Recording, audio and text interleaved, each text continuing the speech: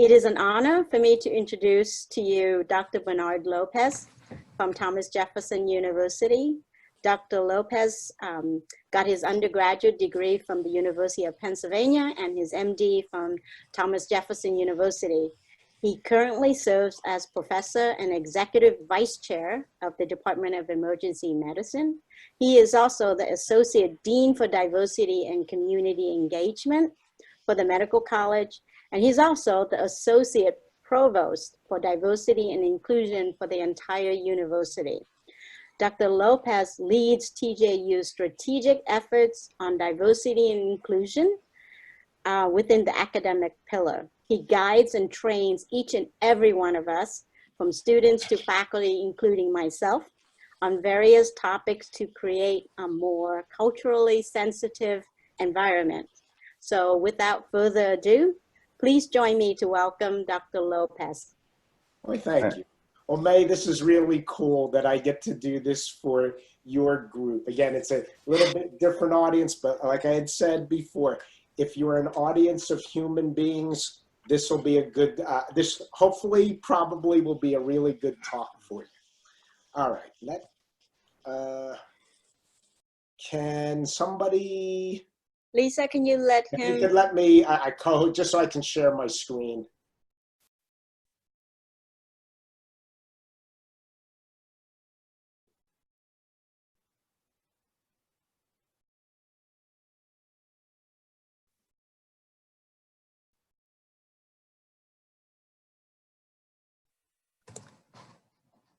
All right, working on it.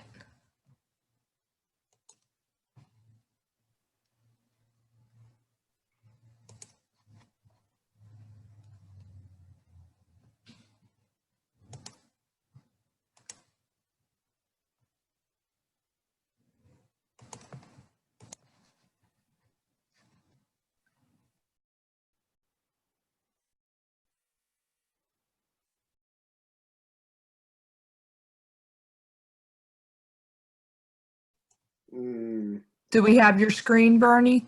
You know what? It's, let's see. Oh, there we go. I think we're good now. All right. Great. Okay, so the topic of my talk is unconscious bias, what you don't realize that affects every life action.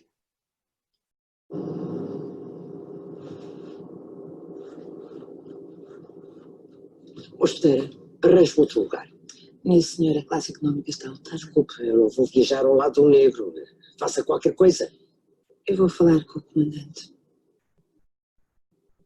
O comandante manda dizer que conseguimos arranjar lugar na primeira classe.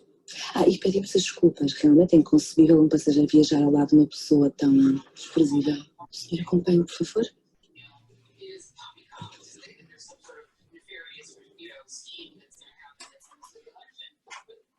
Okay, so that's not unconscious bias. That's actually overt bias, overt racism.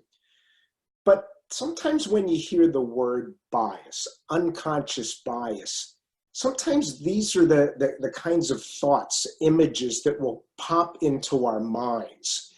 Well, the reality of it is, and hopefully the reality of it is, we don't live with this sort of overt bias, overt racism on a regular daily basis.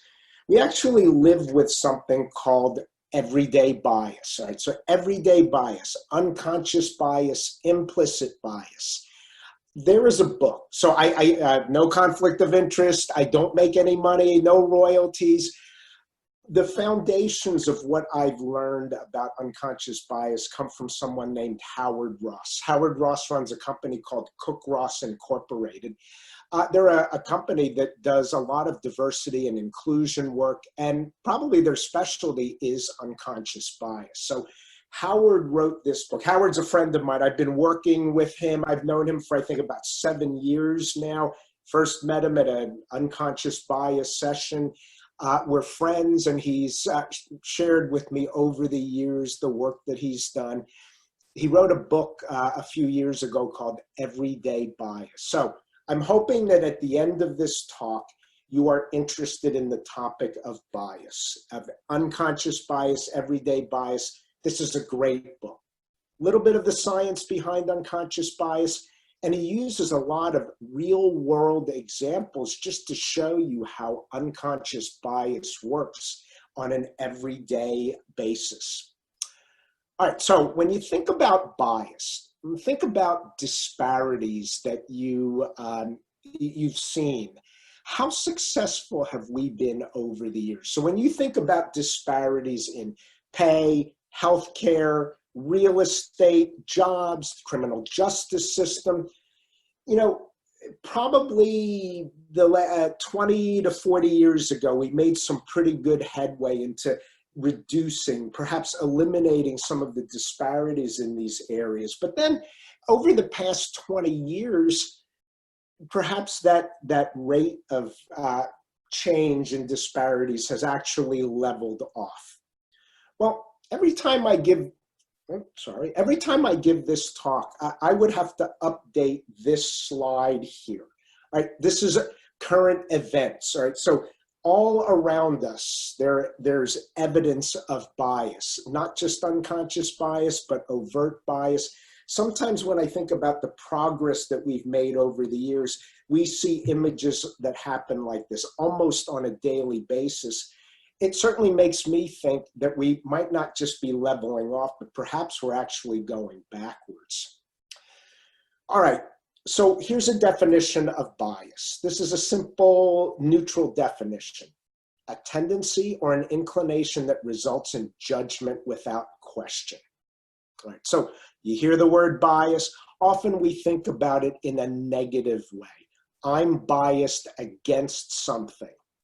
Reality of it is you can be biased towards something, so it can be positive as well. This is simply a neutral definition, a tendency or an inclination that results in judgment without question. You're walking down a dark street. You're by yourself.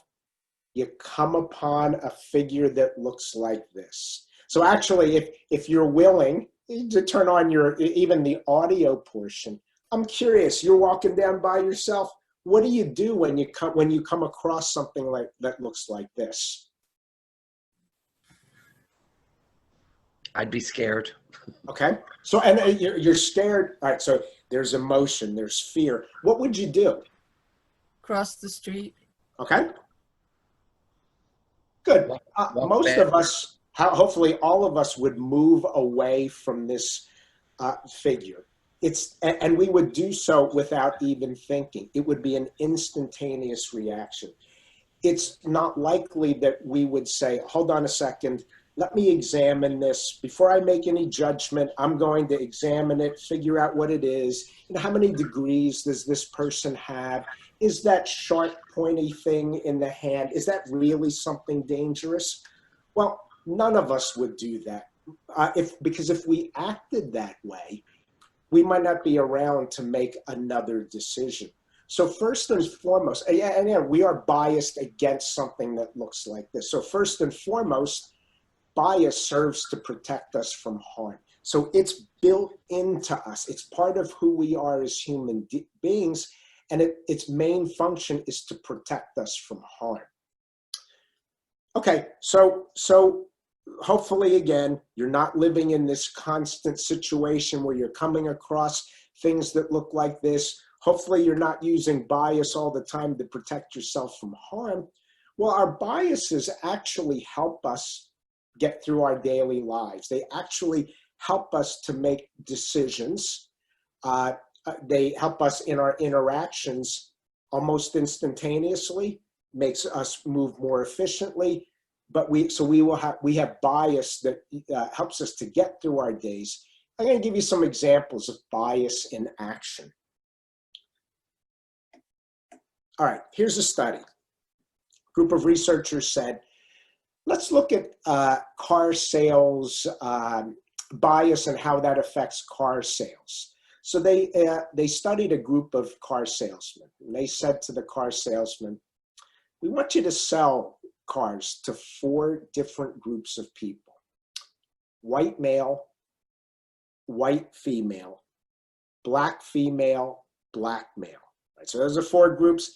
And they said, we want you to sell cars at a certain amount over invoice. So invoice is the price that the dealer pays for the car.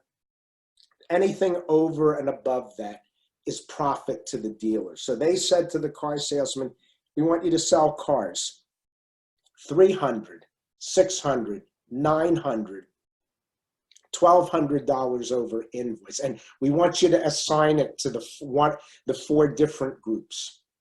So the car salesman made their assignments.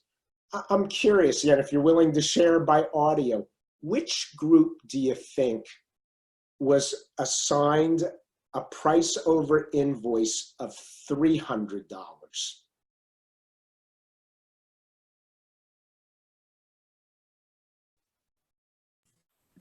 White males. Okay, very good.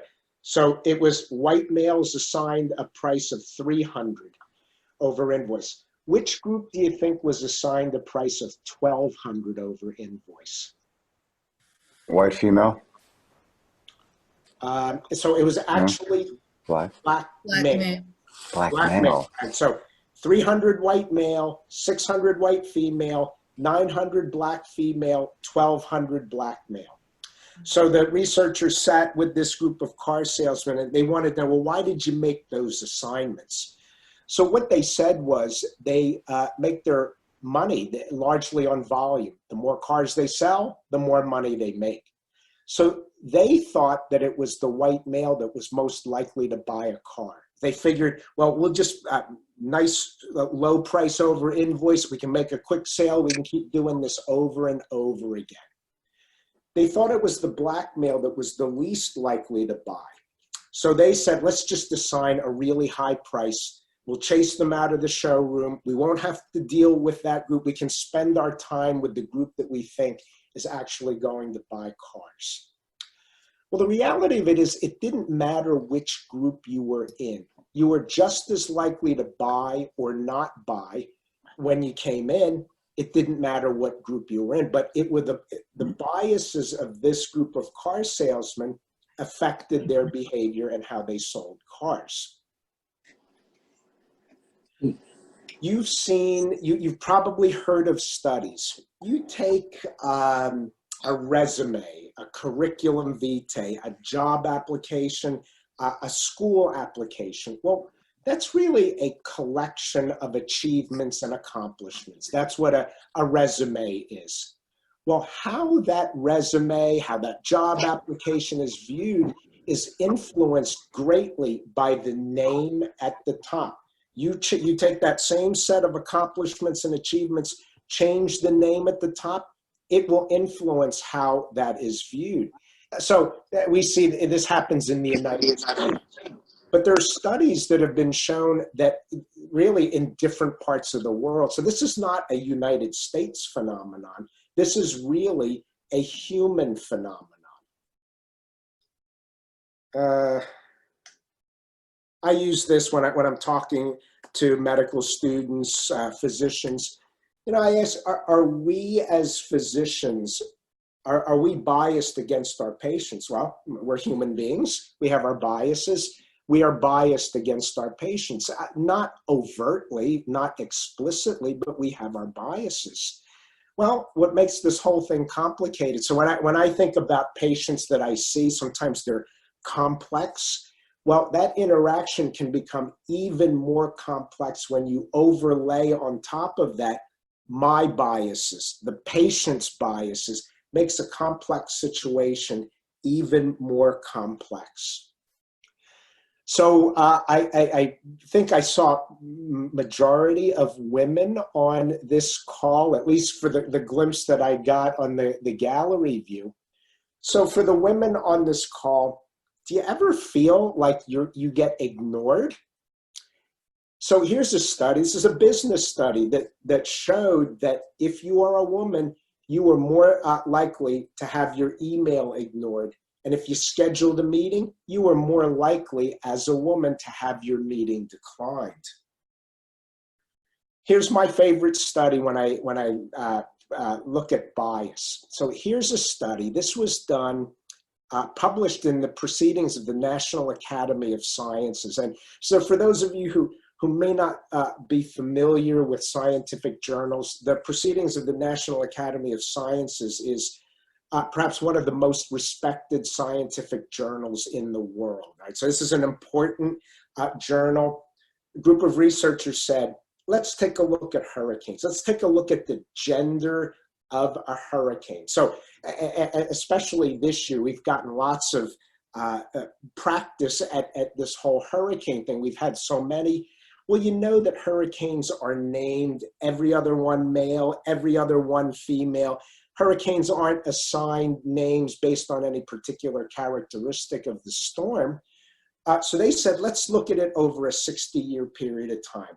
We're going to exclude Katrina and Audrey because they were so devastating, but let's look at the others. Well, what they found was if the hurricane were named after a male, there were about 23 average deaths. But if it was named after a female, there were double the average deaths. All right, so I'm curious if anybody have an idea as to why this happened?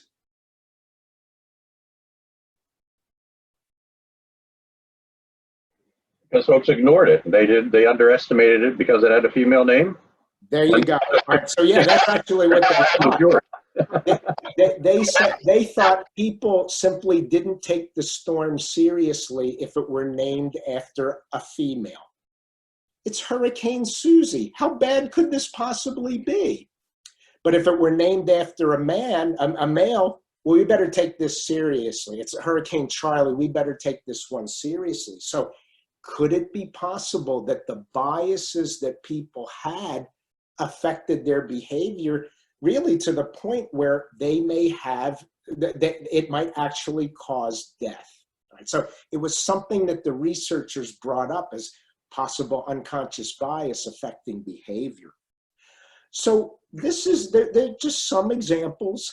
This is really a matter of what, not do we have biases, but what are our biases? We have biases in all of these different areas. Again, unconscious biases in all of these different areas. So not a question of do we have bias, but really what are the biases that we have in these and other areas? So the way bias works, the unconscious bias, you have these things called rules. So rules are the stimuli that are coming at you. They're coming at you. Right now, there's probably about 40 million pieces of stimuli that are coming at you right this moment. We can only process 5, maybe 10 of those. You can only actively process about 5 to 10 of them. The rest of them, they're just coming at you. They're going into your brain. And what happens here is they go into your brain and all of these stimuli start to form. They start to form something called your schema. All right, so here's a picture. There's an animal in this picture. All right, so do me a favor, when you see an animal, whatever you see, when you see an animal, just call out the animal that you see. Cow. Okay, so I've heard cow. Any other animals there?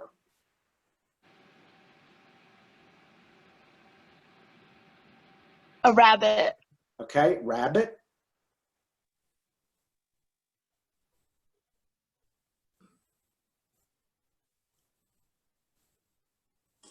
Mouse?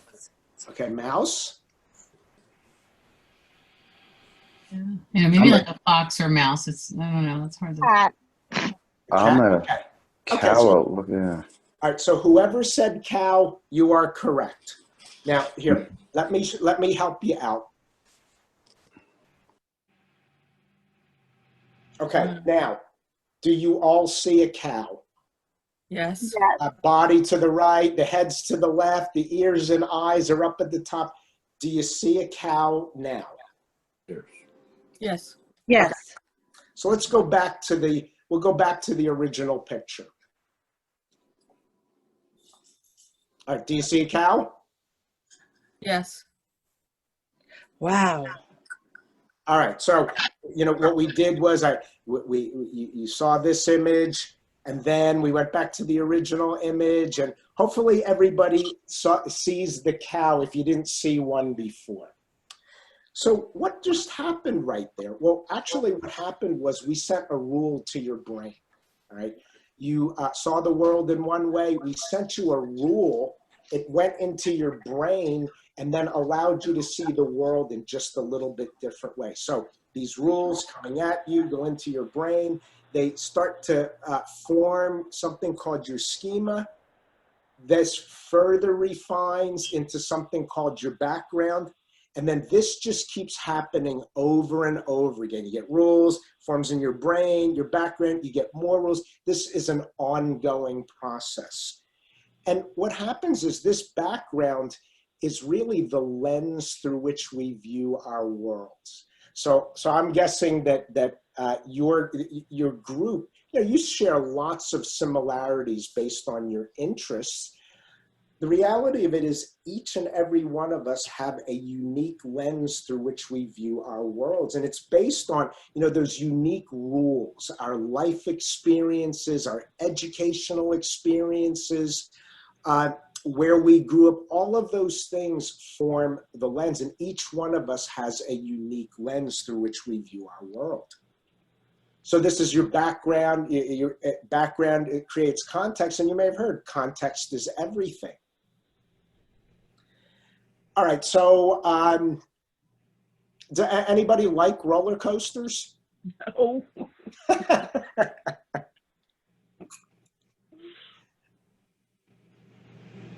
Yeah, see, I like roller coasters, but as I've aged, my inner ears don't like them so much anymore. Ditto, same here. All right, so what's actually there? Well, what's actually there is welded steel, bright paint, nuts and bolts, and a curved design. That's what's actually there. But what did we actually see? All right, well, if you like roller coasters, well, you probably saw this. You saw fun, exciting, exhilarating.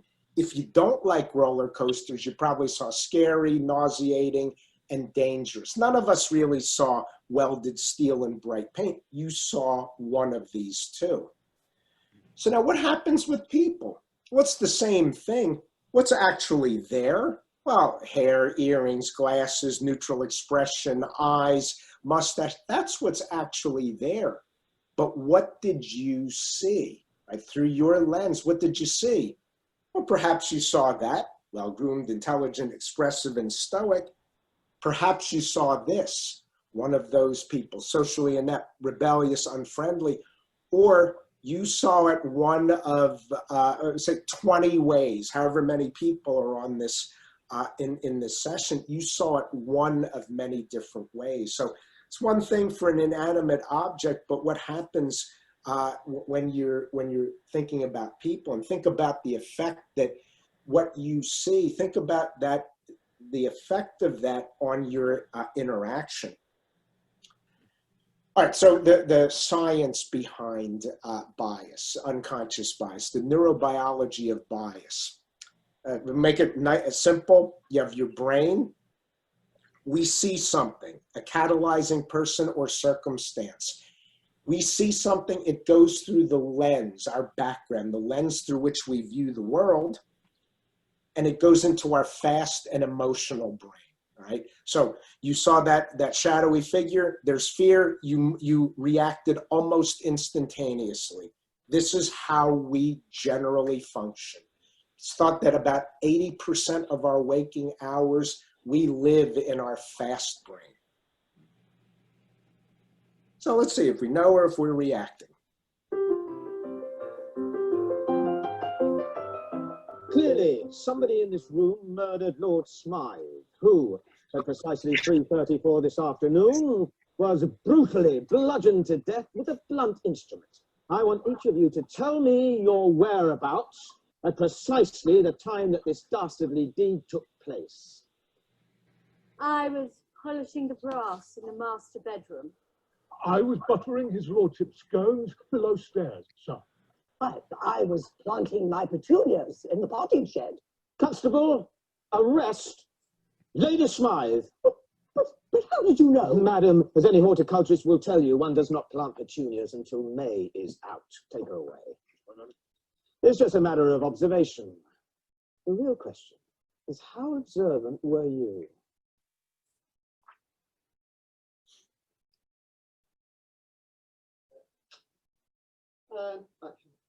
Clearly, somebody in this room murdered Lord Smythe, who, at precisely 3:34 this afternoon, was brutally bludgeoned to death with a blunt instrument. I want each of you to tell me your whereabouts at precisely the time that this dastardly deed took place. I was polishing the brass in the master bedroom. I was buttering his lordship's scones below stairs, son. But I was planting my petunias in the potting shed. Constable, arrest Lady Smythe. All right, May, maybe you picked out one or two more from the first time you ever saw this video, but this is what we do. We're so focused, we're processing only a small portion of the stimuli that are coming at us. We can't possibly see and pay attention to every little detail. But that's us. We are reacting, we're focused on a task at hand, and really we're using our biases to move us forward in our decision-making process. All right, so you see something, someone goes through the lens through which you view the world, goes into your fast and emotional brain, you react. And again, 80% of the time we're in this area. Fortunately, most of our unconscious biases serve us well, get us through a day. You have a bias against a shadowy figure, you don't even have to think about it, it serves you well. But you can imagine that some of the biases, those unconscious biases that you may have, might not serve you so well. So there's the fast brain. Then there's the slow thinking part of our brain, the cerebrum. We spend about 20% of our waking hours in this area where we're doing active thinking. But think about that, 80% where we're reacting, 20% where we're actually doing some active thinking. So this is what we do. We make our associations very quickly, and it's based on our lenses, our experiences, beliefs, what's happened to us in the past. And then when we see something that's counter to our beliefs or experiences, then we think slowly. We use our slow brains. All right, so here's what I'm going to do. I'm going to show you groups of letters. And what I want you to do is I want you to call out the color of the letters that you see. Green. Green. Blue. Blue. Green. Green. Orange. Yellow. Yellow. Purple, blue, orange, green, orange, purple, blue, purple, yellow. Okay, all right, that's pretty good. Now we're going to do this one more time, but you're primed, you've done it, you know what I'm going to do. I want you to do the same thing. I'm just going to go a little bit faster. So just call out the color of the letters that you see. Green. Blue, green, orange, Yellow. Purple. blue, orange, green, orange, purple, blue, purple, yellow. That's your slow brain tripping up your fast brain. So imagine you see that dark shadowy figure. You don't want your slow brain involved because it may trip you up and then something bad will happen. But again, so we see something counter to our beliefs and what we see. All right, so there are these key patterns that play into you might say, the formation of our unconscious biases. So we actually saw this with the whodunit, selective attention, inattentional blindness, projection, power and empathy, social primacy, and then perhaps one of the biggest areas that play into our unconscious biases are subliminal messages. All right, so first, selective attention, inattentional blindness. All right, what I'm going to do next is going to show you a series of numbers, and I want you to find the mistake. And when you find it, just call it out.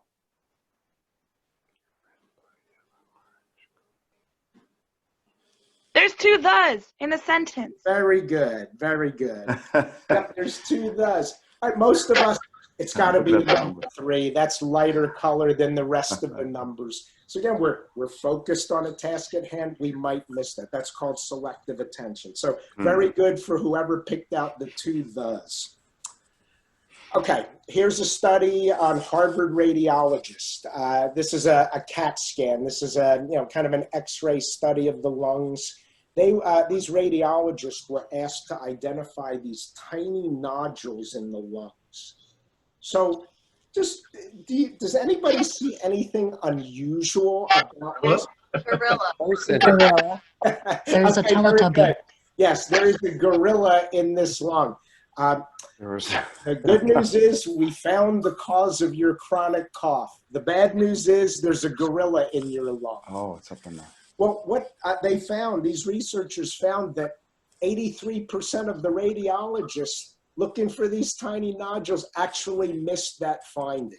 All right, so we saw this pretty quickly, but focused on finding something much smaller. They actually, 83% actually missed that gorilla. All right, subliminal messages, perhaps what plays the biggest role in our unconscious biases. We get subliminal messages all the time from all over the place. So here's a study looking at the music being played in a liquor store. So if you own a liquor store and you want to sell more French wine, just play French music in the background. You want to sell more German wine? Play German music in the background. So think about it. You walk in, you're not really paying attention to the music that's there, but it's a subliminal message affecting our behavior. Here's a study. This was a study, 15-year period of time. Researchers were looking at the effect of weather. So was it a rainy day? Was it a not rainy day? They wanted to look at the effect of interview scores. So these are students applying to medical school. They do an interview and they get scored. They wanted to see, does the weather have any effect? Well, over a 15-year period of time, what they found was if you interviewed on a rainy day, you actually had a lower score than if you interviewed on a day that wasn't rainy. And the interview score, they did a calculation and found that that was actually equivalent to a 10% lower mark on the medical college admission test. All right, so think about that. The weather, perhaps one of the biggest subliminal messages. We don't even think about it in that way. How about that? Weather affecting our behavior.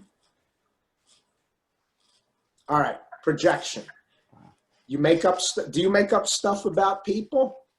Well, we all make up stuff about people. But what that does is it's kind of a protective mechanism. It helps us to fill in the blanks. All right, so here's what you're going to do. I'm going to show you 2 pictures. You're going to have to make a quick decision. You have to hang out with one of the 2. You're going to have to make a quick decision. So which one are you going to pick?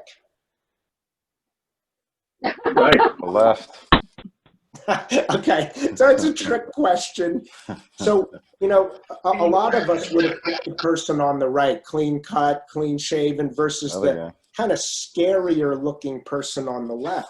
Well, the person on the left is John Fetterman. So John Fetterman is now the Lieutenant Governor of Pennsylvania. Wow. He is, that tattoo on his left forearm is not his prison ID. It's actually the zip code of Braddock, Pennsylvania, out in Western Pennsylvania.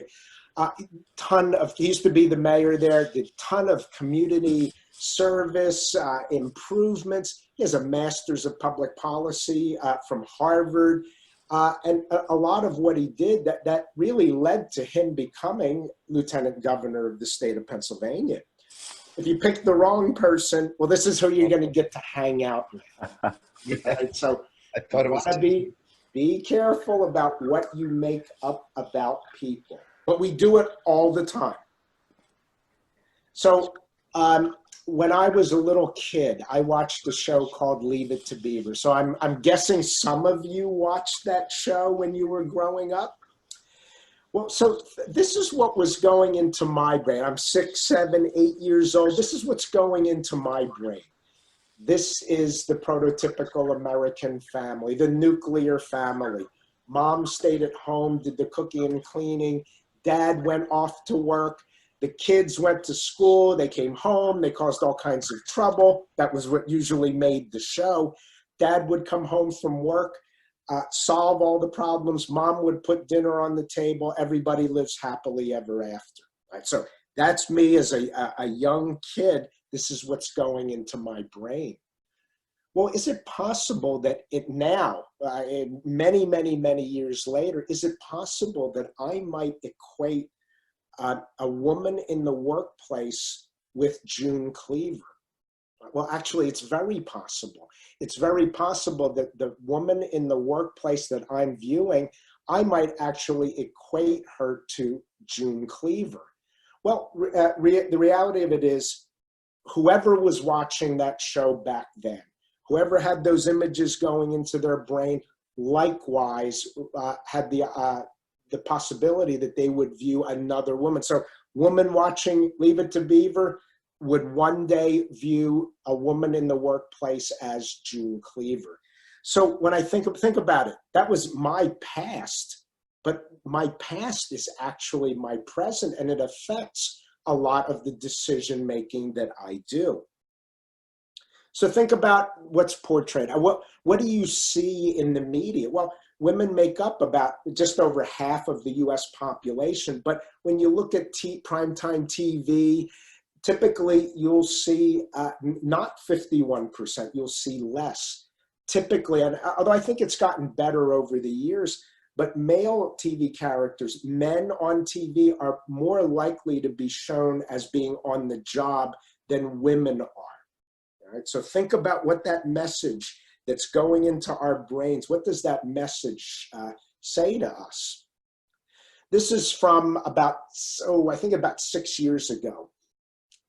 There was a big deal made about the fact that the lack of underrepresented minorities in film. So what message does that say about the worth of underrepresented minorities? Think about the messages that are going out there. How about, what's the what's the body type? What's the ideal body type? Well, think about the messages that are being sent and that are going into our brains. I'm not a big social media person. I can barely even keep up with Facebook. That's about my speed. But for those of you who are on social media, really what that does is it reinforces the biases that we have. It reinforces our beliefs. So if you think about it, if you're on Facebook, who are you going to be looking at? Who are you following? Well, you're probably following people that are like you.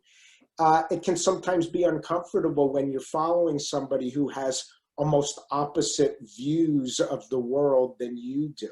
Right? So this I think in this day and age, it just further refines or reinforces your thoughts, and it does so very, very quickly. Are you a Fox News person? Are you a CNN news person? Well, usually we're one or the other. If you're going to follow it on an app on your phone, let's say, you're probably going to only look at one. And you're going to pick the one that tends to align with your beliefs. It's not likely that we're going to watch both, when in reality that might not be a bad thing, because then you get to see different perspectives. But again, we choose social media in a way that aligns with our previous beliefs, and it just simply further reinforces our unconscious biases. All right, social primacy. Some of you may have heard of Maslow's hierarchy. So back in the early 1940s, Abraham Maslow came up with this hierarchy of how we have to take care of human beings. So it's thought that, well, infants, they're born, we need to take care of their physiologic needs, then we need to provide their safety, then belongingness, esteem, and self-actualization. So it was thought that physiologic needs were most important. Well, nowadays, there's a thought that belongingness is actually more important than physiologic needs. And if you think about it, well, that infant that needs their physiologic needs tended to, well, they actually have to belong to somebody or some buddies in order to have those needs taken care of. So it's thought that belongingness might actually be the most important ones of the hierarchy. And then there's studies that show that if you are excluded from a group, it actually triggers activity in the areas of the brain that are associated with physical pain. The gentleman in the elevator now is a candid star. These folks who are entering, the man with the white shirt, the lady with the trench coat, and subsequently one other member of our staff, will face the rear. And you'll see how this man in the trench coat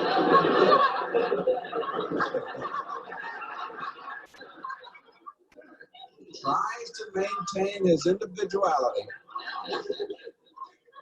but little by little,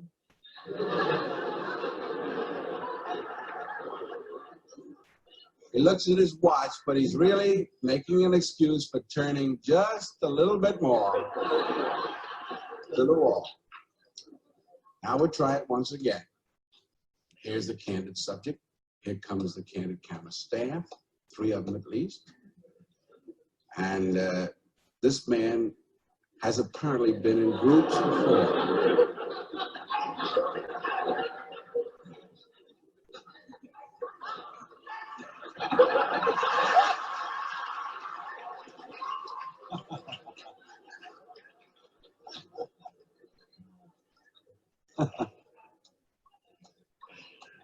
You're going to see a fellow who fights a little bit to withstand the group pressure now.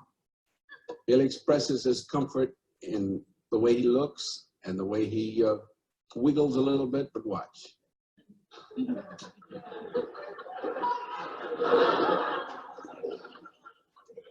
He's right in a groove now.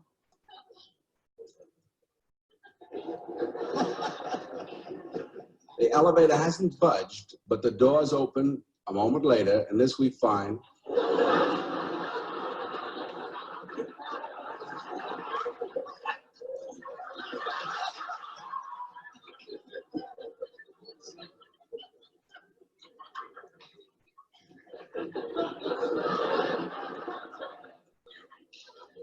He's very unhappy. You'll see him. He doesn't know whether to go inside and face front or outside and face back. But he's one of the group now. Here's a fella with his hat on in the elevator. First, he makes a full turn to the rear, and Charlie closes the door. A moment later, we'll open the door. Everybody's changed positions.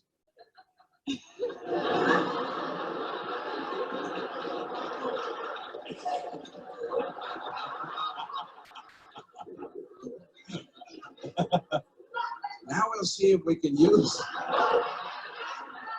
Now we'll see if we can use group pressure for some good. Now, in a moment, on Charlie's signal, everybody turns forward. There it is. Notice they take off their hats. And now, do you think we could reverse the procedure? Watch.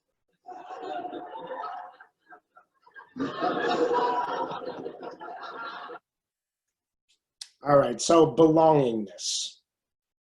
All right, the last one is power and empathy. So just, you know, there's studies that have been done that suggest that if you are in a group that's in power, a group that's in the majority, that you have less empathy for the groups that are not in power, for the groups that are in the minority.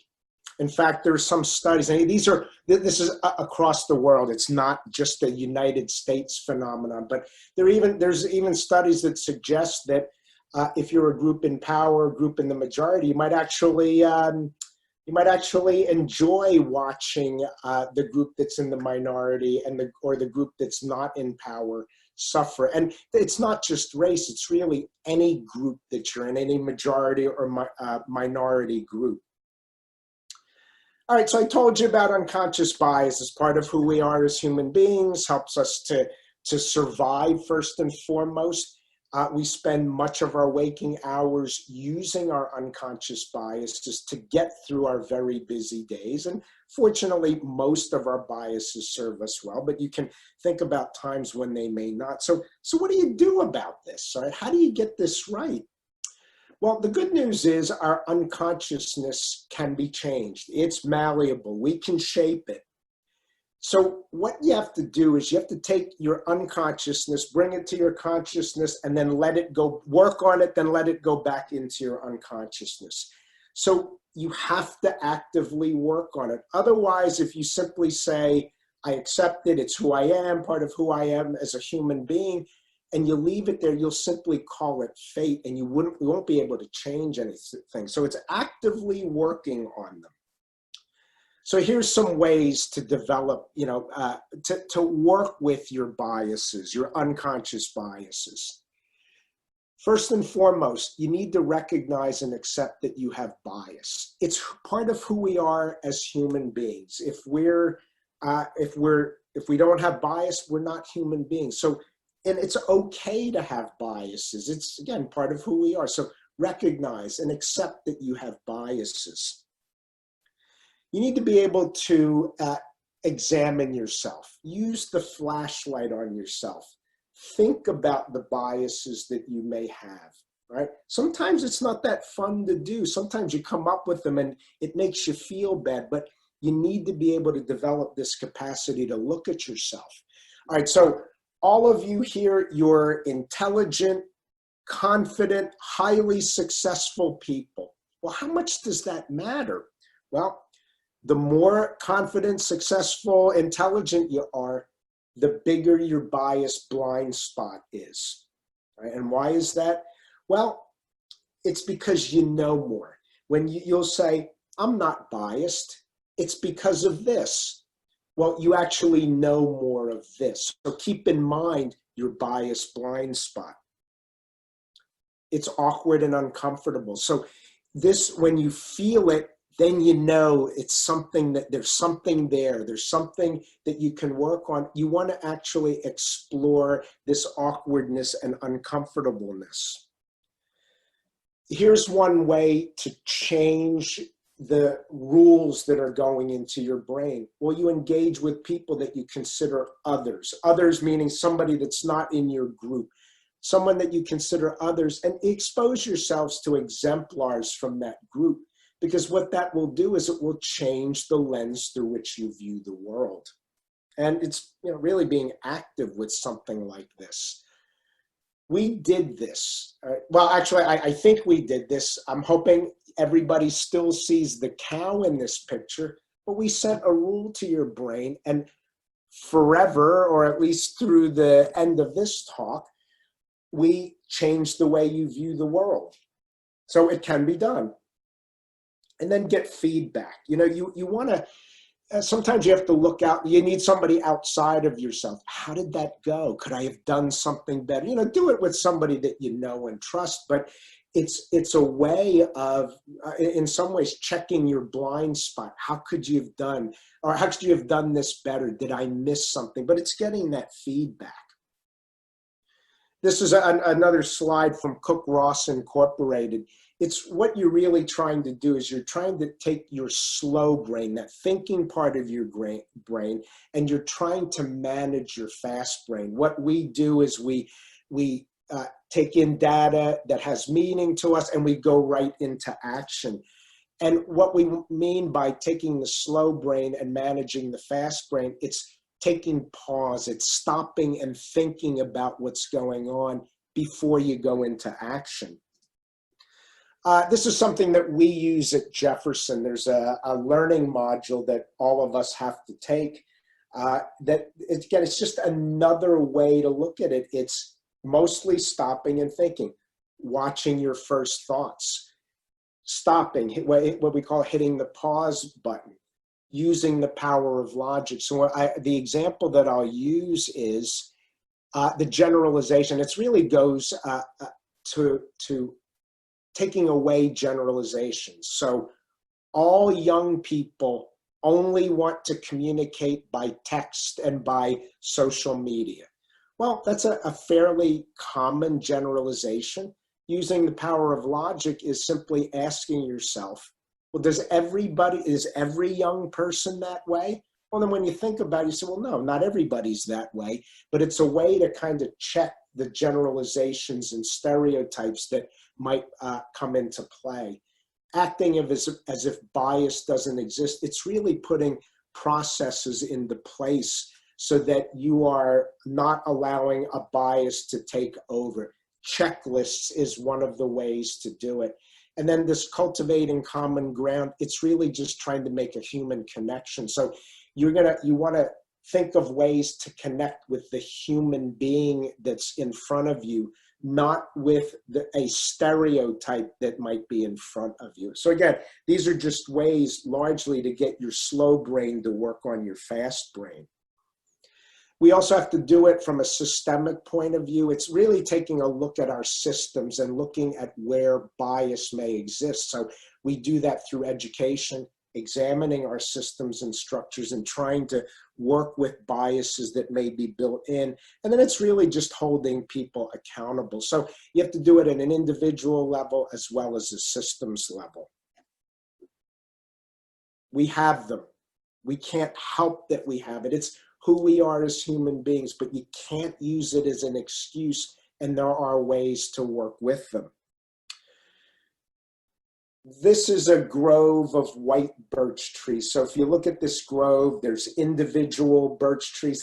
That's us. You know, we are individuals in this world. But the reason why it's so important to think about our unconscious biases and work with them is the fact that we are interconnected. So while we are individuals, we are interconnected. The root system of these birch trees are interconnected. So by examining our biases and working with them, it gives us a better chance to have better human interactions. So with that, I hope that you found this talk interesting. More importantly, I hope that it stimulates you to look more into this topic, to give you that chance to examine and perhaps be a better decision maker, to have better human interactions. All right. Thank you so much for that presentation. And if you guys can all just unmute yourself, or Lisa, can you unmute everyone so that people can just chime in and just, you know, ask Dr. Lopez any questions?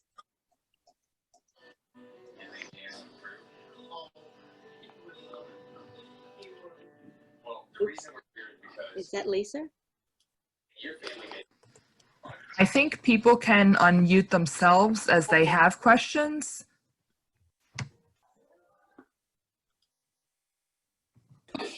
May, could I ask a question? Yeah, sure.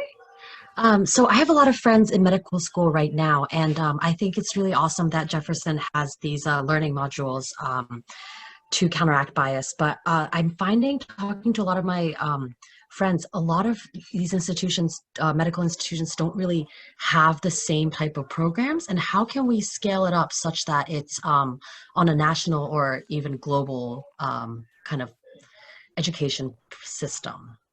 I know it's not your burden to, you know, to spearhead this initiative, but how can we collectively, other than opening up dialogue or calling people in when we hear something problematic, other than that, like what are tangible ways, or what are helpful ways that we can push for these types of educational changes? Yeah, you know, that's a good, it's a good question.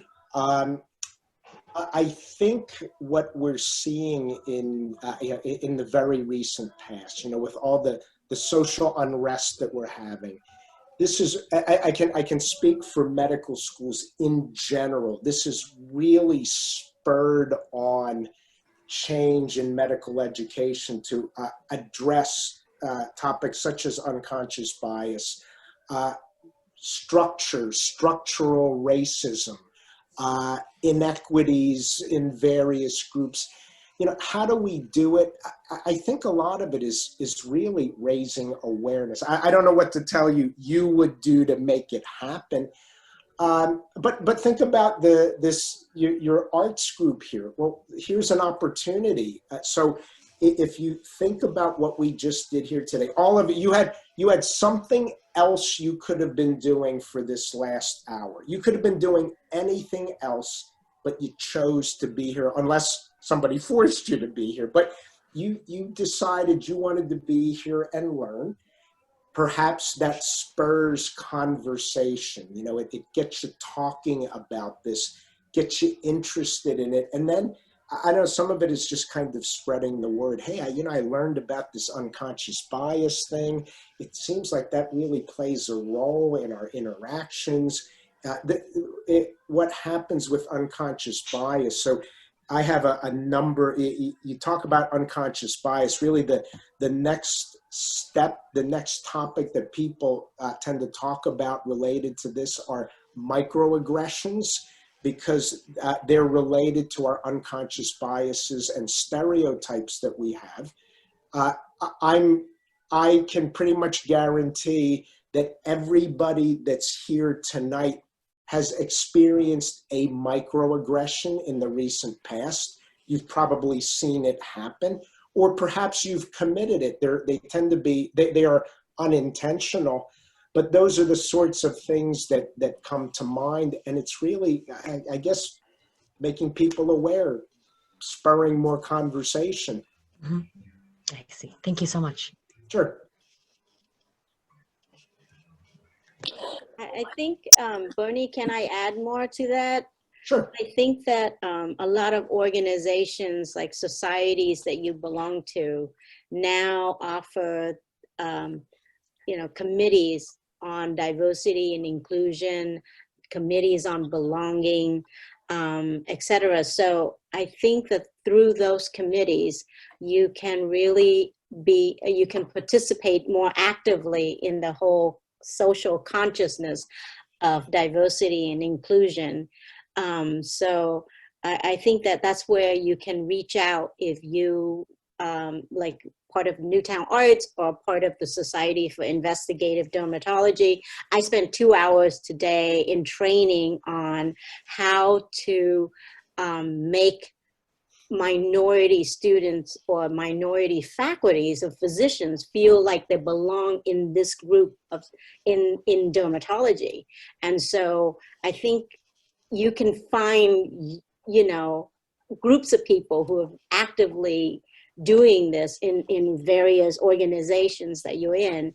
So reach out to those people, Ayumi, and reach out to the committees and the leadership and tell them you want to be a part of that. And once you join that group, then you can start implementing some of the policies and help them implement the policies that you're interested in. Yes, thank you. As a parent, is there too young to start teaching this to children? Or is there a way to introduce it that helps them realize their unconscious bias before it's too late? Well, I'm thinking, I'm just thinking when you say kids, and so, that's a really interesting question. I'm not quite sure how to answer that, because first I think, so if you're going to try to teach this to a teenager, right? I'm just thinking of my own kids, like, yeah, they're not going to listen to anything that I say, so I have no chance of teaching them anything. Think about, maybe a 7 or 8 year old, you might have a chance, but they're not going to understand, like, well, what's unconscious? What are you talking about, unconscious?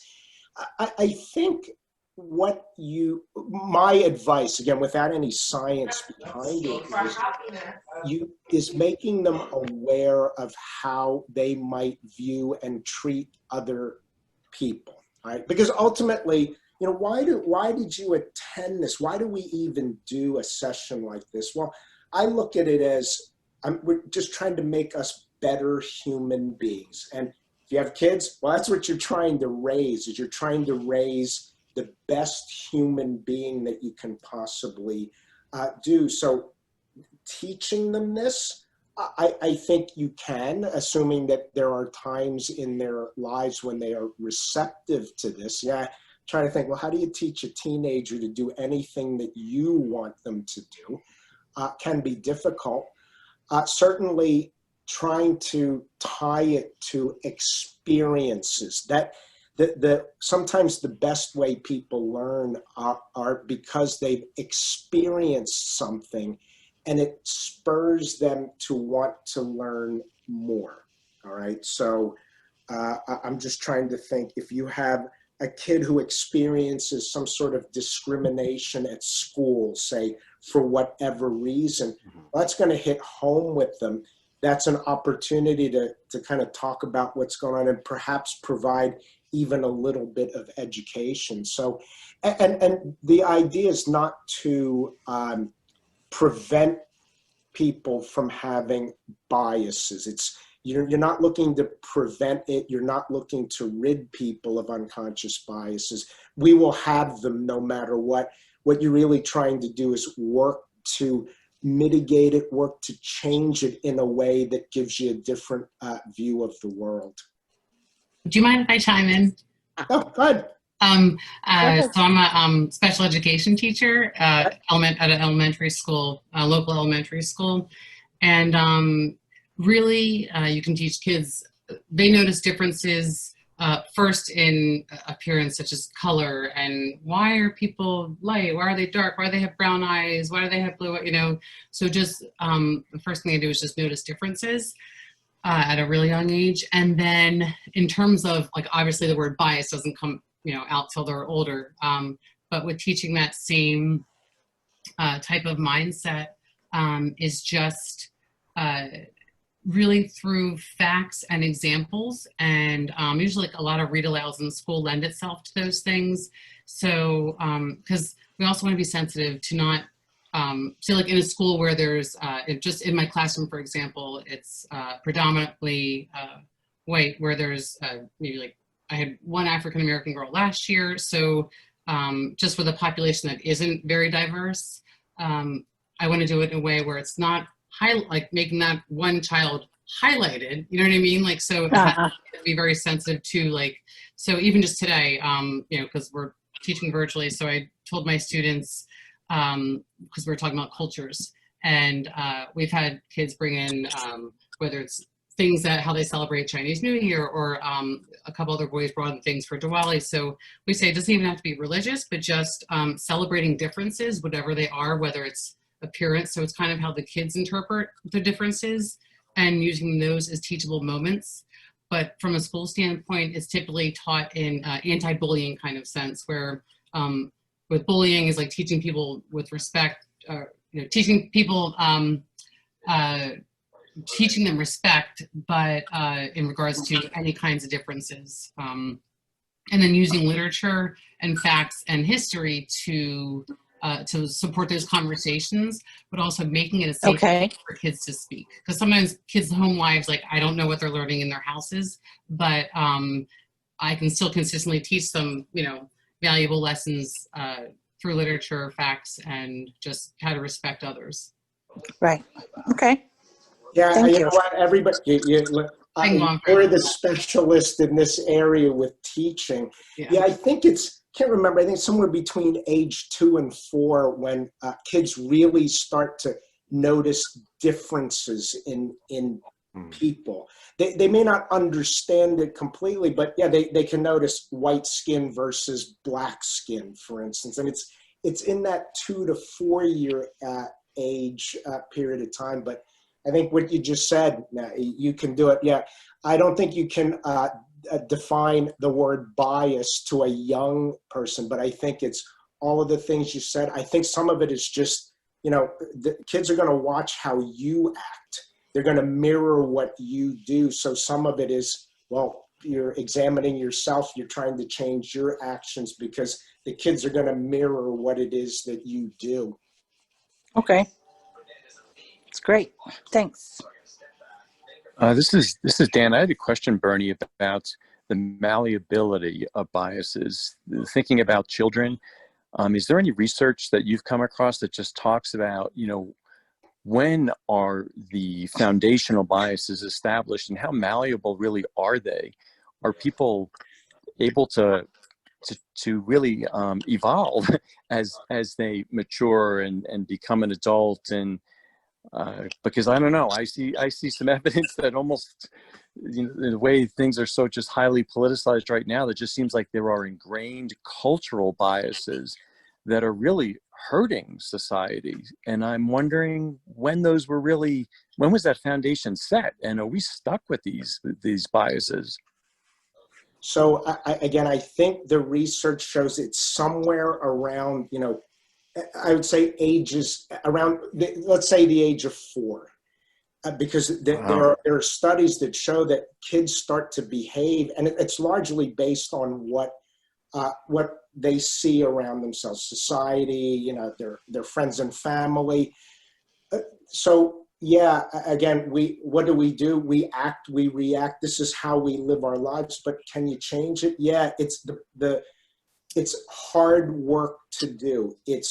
You have to be conscious about your unconsciousness. That is really hard to do.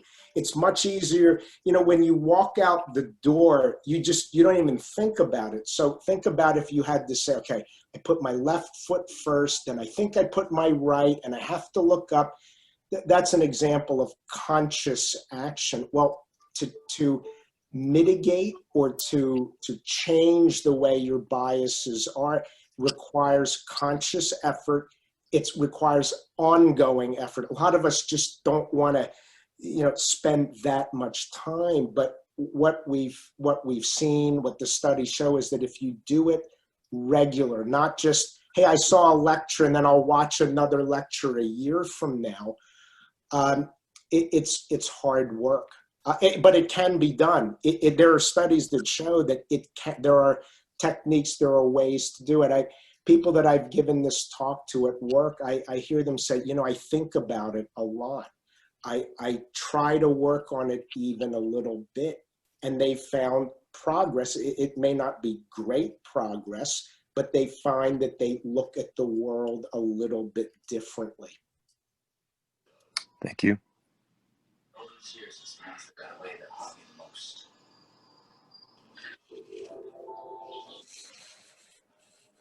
Does anyone else have another question? Any other questions?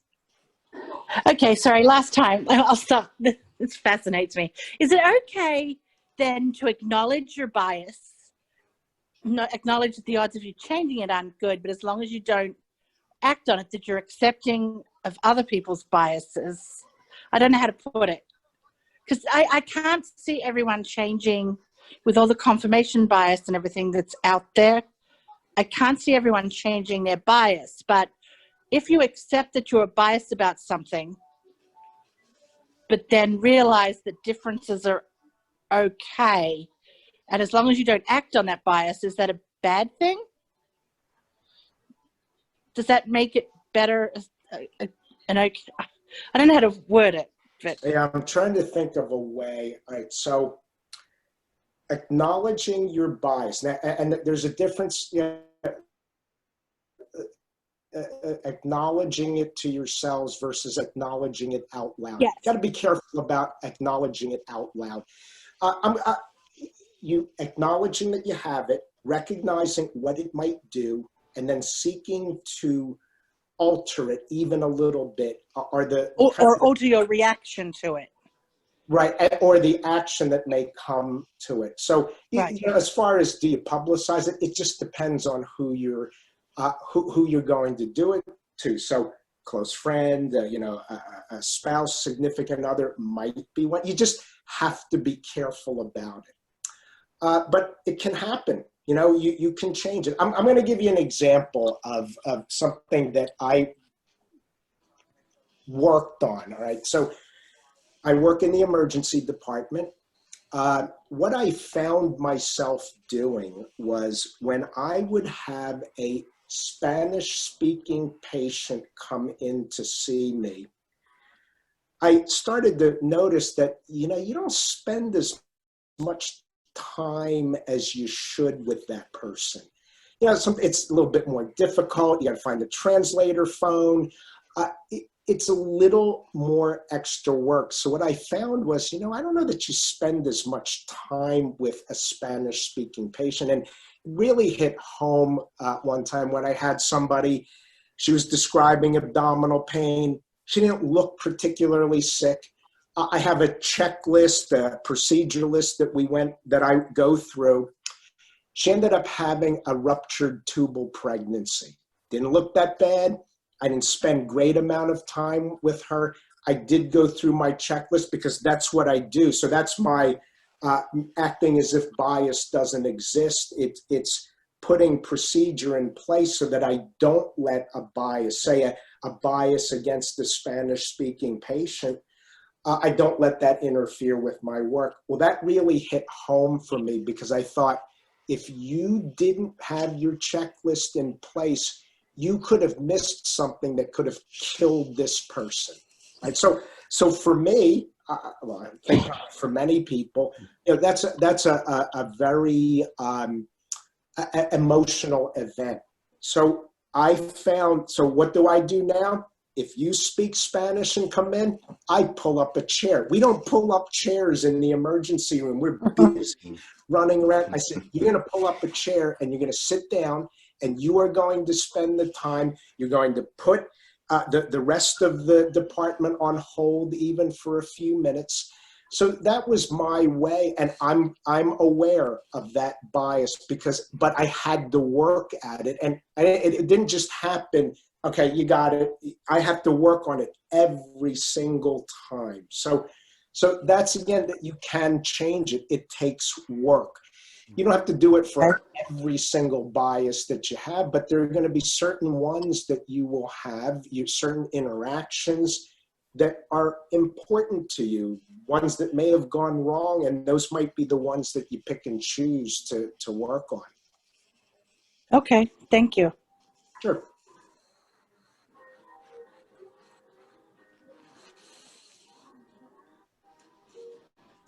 Does anyone else have any other questions before we end this session?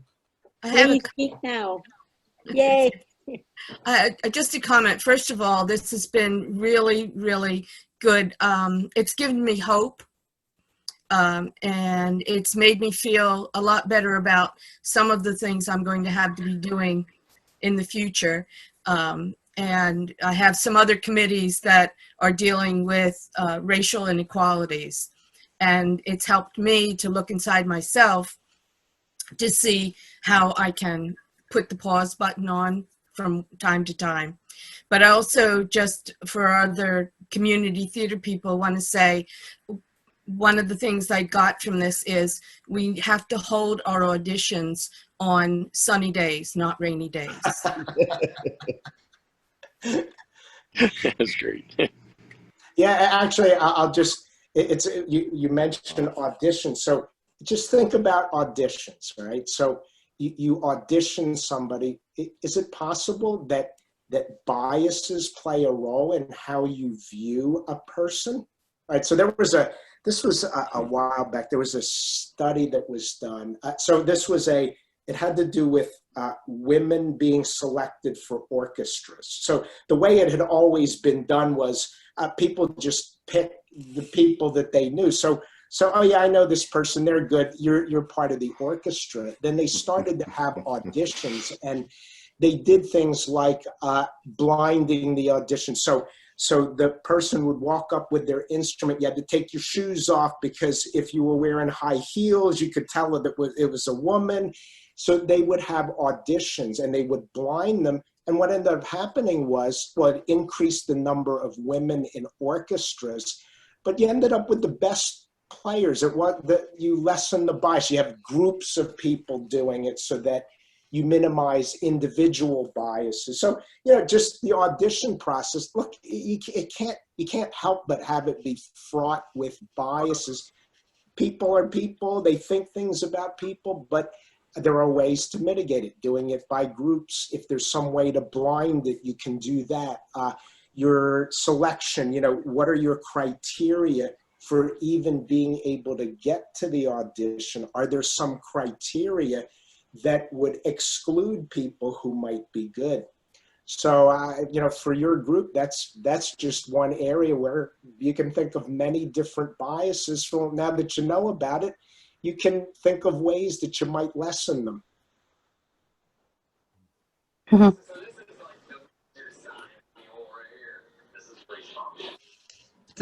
Bernie, I was thinking about how the studies that you showed and the little test cases are going to be evolving. So there was no discussion about gender bias, which is a huge part. Unfortunately, I mean, at my age, growing up, I knew nothing about gender differences. It's just we weren't exposed to it. So now you have a situation where my kids that are in their 20s have been exposed to it for a number of years.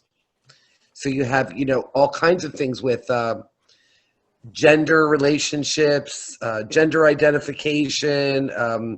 We were doing the census and it's 10 years old. I'm sure since the form's been changed, but the only 2 blocks were male and female. That was all you had. So at any event, I think that the bias is going to be evolving. Fortunately, it will be evolving, but unfortunately, with the current situation, we've seen some situations where we've gone backwards, like you mentioned in the beginning of the discussion. So it is, and we have that in theater. In the theater group, we have all kinds of folks that, all kinds of races, all kinds of ages, all kinds of sexes, so it was enlightening to be able to see that we should be working on it and possibly admitting it and trying to fight through. Thank you. Yeah, you know what? The way I look at it, I wish I want to change the world. I want to change the world, but it's kind of tough sometimes to change the whole world. But what you can do is change your own world. So if you just take the group that's here today, and if you were each to, try to work on it a little bit, then you can change your own world. And then if you get enough of these people changing their own worlds, well, that's how you change really the bigger whole world. So I'm impressed that, look, we're 20 minutes past the hour and you're still hanging in there. This is impressive. This tells me that you're interested, you're thinking about it. I would really tell you, get that book, Everyday Bias. It's a book, but it's easy reading. It will go through a number of examples. So you remember the case, George Zimmerman, Trayvon Martin.